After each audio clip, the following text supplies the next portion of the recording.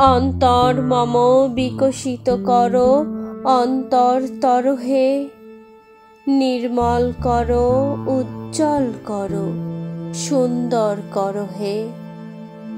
জাগ্রত করো উদ্যত করো নির্ভয় করো হে।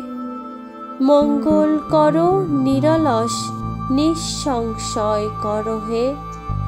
অন্তর মম বিকশিত করো অন্তর তরহে, যুক্ত করো হে সবার সঙ্গে মুক্ত করো হে বন্ধ।